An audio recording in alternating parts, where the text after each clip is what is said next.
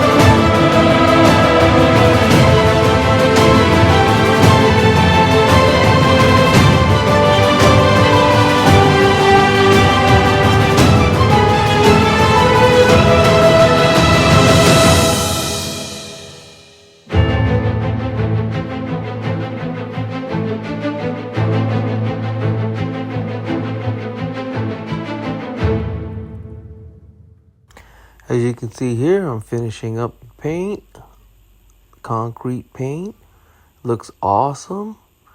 Really spruced up that weathered concrete look and gave it that new fresh paint on there. Don't forget to subscribe. Thank you.